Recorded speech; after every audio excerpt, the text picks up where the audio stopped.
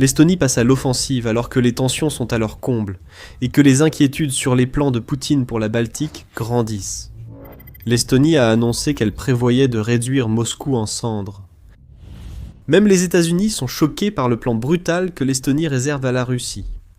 Cependant, c'est un plan qui ne sera déclenché que si Poutine fait d'abord une chose très stupide et impardonnable, envahir.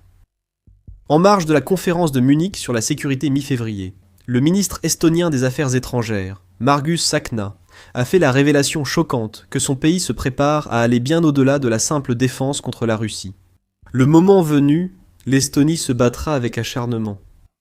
Nous mènerons la guerre et des frappes très profondes en Russie, a déclaré Tsahkna, ajoutant que l'Estonie sait quoi faire en cas d'invasion russe. En lisant entre les lignes, on comprend que l'Estonie a un véritable plan militaire prêt à être appliqué dès qu'un seul soldat russe franchira la frontière. C'est un plan qui consiste à frapper la Russie sur son propre territoire. Nous verrons ce plan plus tard dans la vidéo, pour l'instant. Tsahkna ajoute que l'Estonie fait tout ce qu'elle peut pour s'assurer que Poutine sache à quel point un pays beaucoup plus petit que la Russie peut représenter une menace. C'est pourquoi nous accélérons nos investissements et développons nos capacités, explique le ministre estonien des Affaires étrangères, ajoutant que nous investissons 5% du PIB dans la défense de notre région. L'Estonie a maintes fois évoqué les plans de Poutine pour contrôler la Baltique, mais cette fois, c'est différent. L'Estonie déclare à Poutine qu'elle ne se contentera pas de se défendre face aux troupes russes. Le pays ripostera avec force et la Russie pourrait bien regretter de franchir la seule ligne qui pourrait amener toute l'OTAN à sa porte. Comme le note le Kiev Post, Tsahkna a fait ses commentaires alors que les tensions montent dans toute l'Europe à cause de la Russie qui semble vouloir tester les limites de l'OTAN. L'année 2025 a déjà offert de nombreux exemples, alors que la Russie intensifie la guerre hybride qu'elle mène en Europe depuis des années. Des drones ont pénétré l'espace aérien de plusieurs alliés de l'OTAN, dont la Pologne et la Roumanie. L'Estonie elle-même a été la cible des provocations de Poutine. En septembre, la Russie a envoyé un trio de chasseurs MiG-31 dans l'espace aérien de l'Estonie. Ils sont restés 12 minutes, en ignorant toutes les demandes de communication avant d'être expulsés par une équipe de réaction rapide de l'OTAN. Ces incidents ne visent pas à signaler des attaques. Ce sont des exemples de la Russie testant les temps de réaction, de la Russie essayant de déterminer combien de temps elle dispose pour mener des frappes avant de faire face à des représailles, et l'Estonie sait exactement ce que Poutine essaie de faire. Pendant que la Russie utilisait des tactiques de guerre hybride, elle se préparait aussi ouvertement à une guerre traditionnelle en Europe, probablement centrée sur la région baltique. La Russie renforce ses bases et déploie plus de troupes à la frontière avec la Finlande, selon le Kiev Post. Elle militarise également de plus en plus l'enclave de Kaliningrad, qui est coincée entre la Pologne et la Lituanie. Cela pourrait servir de base à une offensive multidirectionnelle dans la région baltique. Et une attaque venant de Kaliningrad à l'ouest et de la Russie elle-même à l'est pourrait suffire à couper les États baltes de leur soutien de l'OTAN. C'est pourquoi l'Estonie est prête à riposter. Et elle doit être capable de frapper la Russie assez fort pour tenir les troupes de Poutine à distance, suffisamment longtemps pour que ses alliés de l'OTAN puissent réagir. De nombreuses questions subsistent quant à ce à quoi pourrait ressembler la réponse de l'Estonie face à la Russie, et si ces réponses seront vraiment efficaces. Mais nous répondrons à ces questions plus tard. Tout d'abord, la chose la plus importante à savoir au sujet des propos de Tsahkna, c'est qu'il ne s'agit pas pour lui de dire que l'Estonie se prépare à envahir la Russie dans le cadre d'une attaque préventive contre un pays qui prévoit d'envahir son territoire. C'est une contre-attaque, pas un coup unique décisif. L'Estonie fait savoir à la Russie que Poutine ne peut pas et ne pourra pas agir à sa guise. S'il déclenche une campagne européenne que beaucoup le soupçonnent de vouloir lancer au lendemain de la guerre en Ukraine, une guerre que la Russie est loin de gagner. Dans son rapport sur les propos de Tsahkna, le Télégraphe indique qu'ils ont été tenus alors que des inquiétudes circulent dans les milieux de la défense, selon lesquelles la Russie prévoit d'occuper au moins partiellement les États baltes que sont l'Estonie, la Lettonie et la Lituanie. Une fois la guerre en Ukraine terminée, bien sûr, ce plan suppose que la Russie gagne, ce qui est loin d'être acquis. Après 4 ans de guerre, elle ne contrôle qu'environ 20% du pays.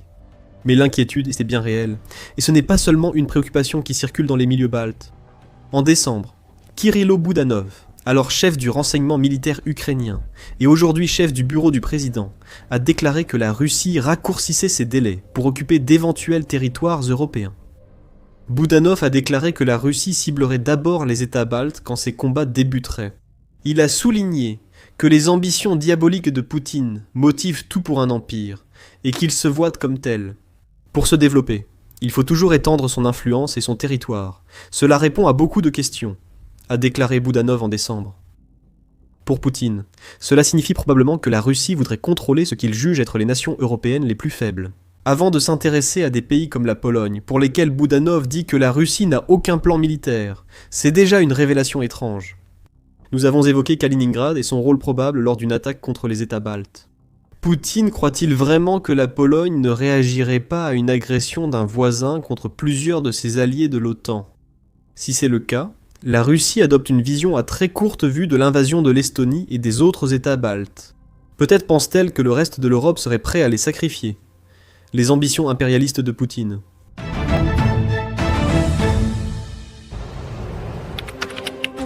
Imaginez Internet comme un champ de bataille, rempli d'unités ennemies, cherchant la moindre faiblesse pour s'introduire dans votre quartier général.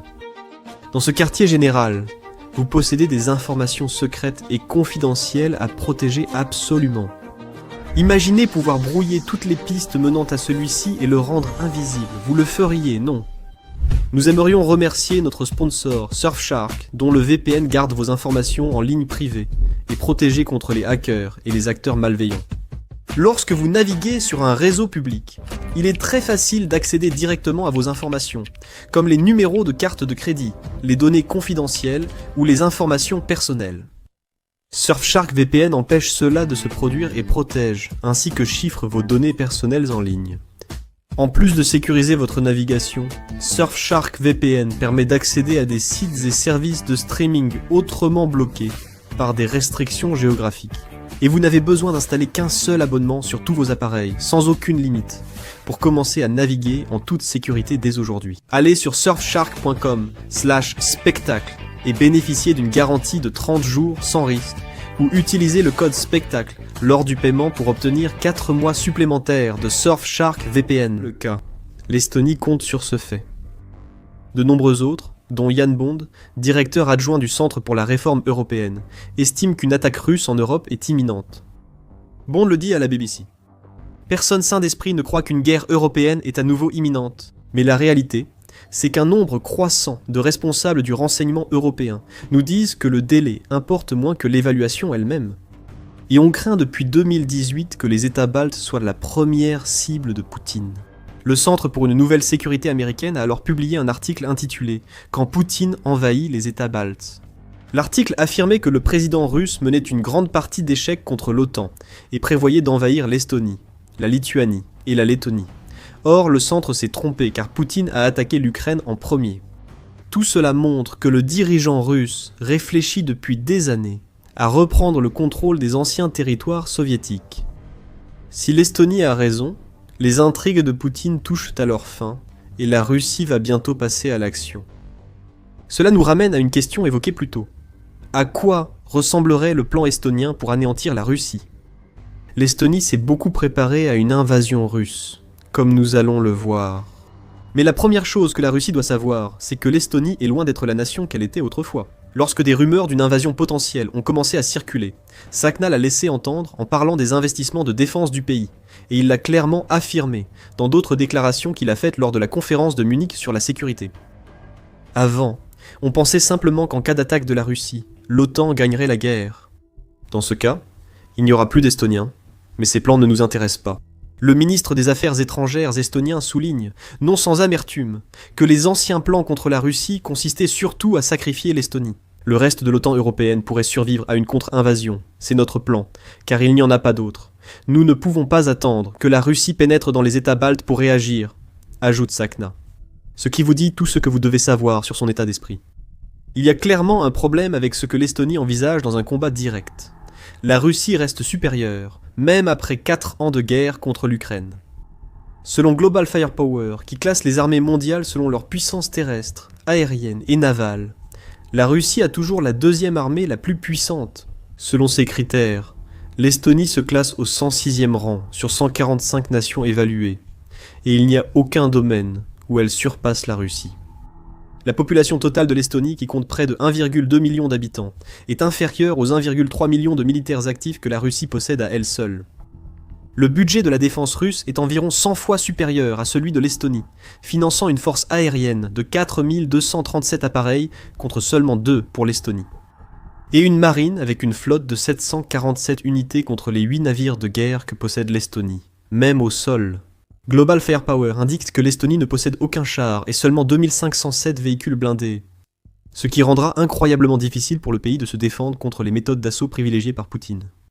Ces chiffres rendent les propos de Sakna sur une invasion du territoire russe absurdes. Vous vous souvenez de ce qu'il a dit à propos des frappes en profondeur. L'Estonie ne chercherait pas à envoyer des soldats en Russie.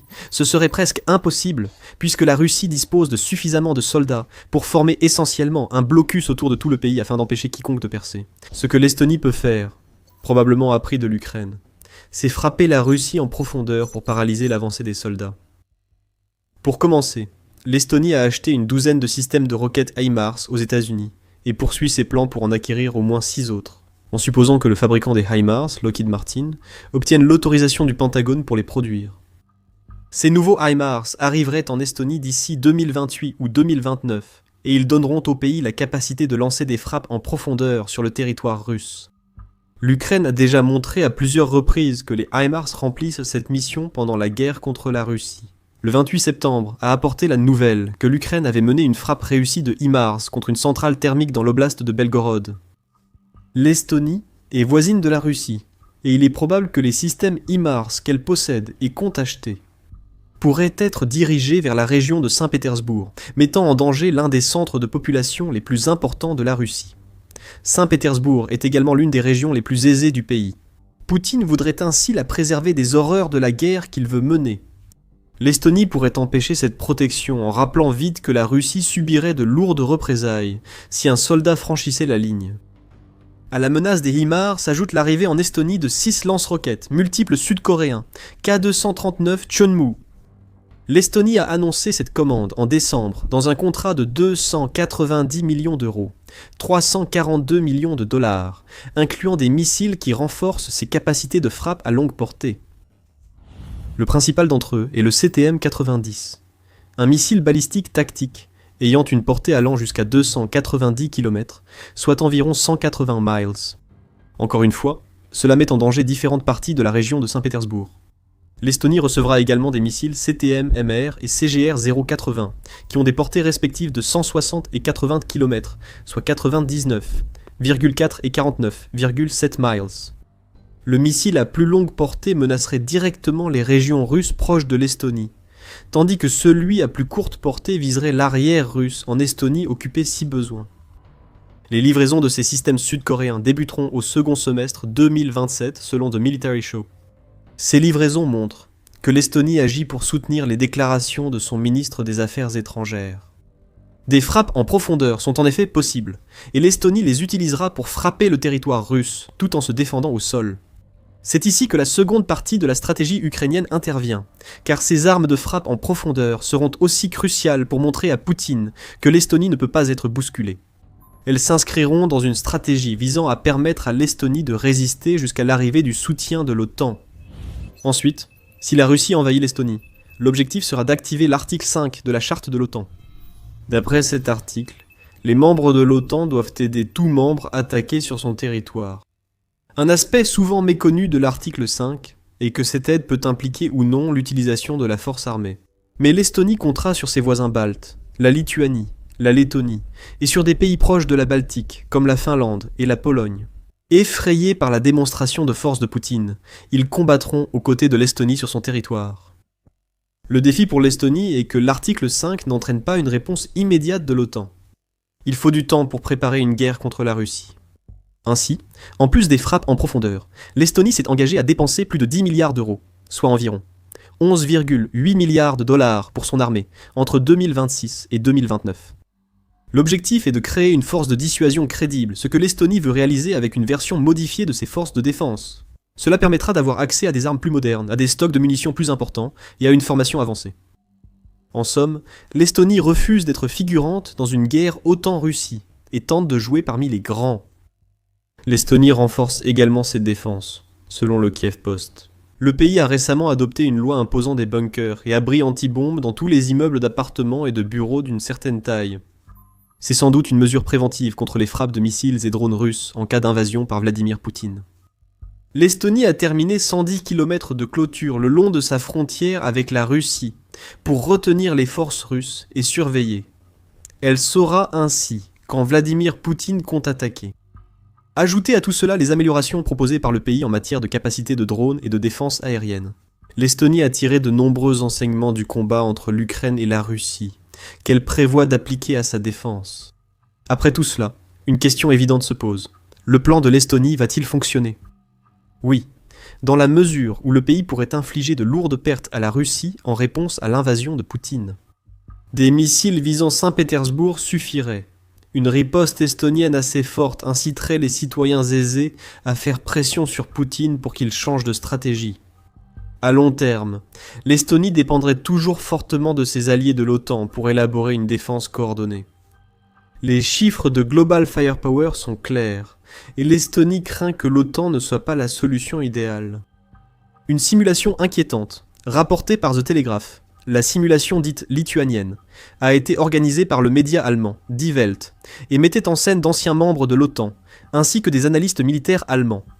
Dans ce jeu de guerre hypothétique, Die Welt a conclu que les membres de l'OTAN seraient tellement paralysés par l'indécision quant à ce qu'ils devraient faire. Si la Russie envahissait la Lituanie, l'invasion serait pratiquement terminée. Lorsqu'une réponse était organisée, le principal sujet de la simulation portait sur le rôle des Américains dans cette affaire. Selon les experts de Die Welt, les États-Unis éviteraient d'activer l'article 5 ou d'apporter leur aide, craignant ainsi de provoquer une troisième guerre mondiale. Même l'Allemagne, avec ses soldats en Lituanie, ne pourrait apparemment pas stopper les forces de Poutine. C'est un scénario apocalyptique, bien qu'il se concentre sur la Lituanie, l'Estonie, autre État balte, fait face à des défis similaires. Cependant, il faut rappeler que le scénario de Die Welt n'est qu'une possibilité parmi d'autres, fondée sur l'idée que les États-Unis resteraient passifs et laisseraient l'Estonie tomber. Ce n'est pas encore acquis. Pourtant, l'Estonie précise qu'elle se prépare à toute éventualité, préférant éviter le combat. Le président Alarkaris fait partie des dirigeants européens demandant à l'Europe de nommer un envoyé pour dialoguer avec Poutine. Cela n'a pas encore eu lieu, et il reste de grands doutes sur la volonté de Poutine de parler à un tel envoyé, et sur la fiabilité de ses propos. L'Estonie compte frapper la Russie aussi fort que possible pour provoquer un choc dans le système de Poutine. Un choc si puissant qu'il surprendrait tous, et c'est peut-être nécessaire. Tandis que l'Europe hésite sur la gestion du problème Poutine, la phase 0 de la guerre imminente entre la Russie et l'OTAN est déjà lancée. Qu'est-ce que la phase 0 ? Découvrez-le dans notre vidéo. Et si vous avez apprécié cette vidéo, n'oubliez pas de vous abonner à The Military Show pour en savoir plus sur les dernières préparations que les États baltes mettent en place face à l'invasion imminente de Poutine. Et merci, comme toujours, de nous avoir regardés.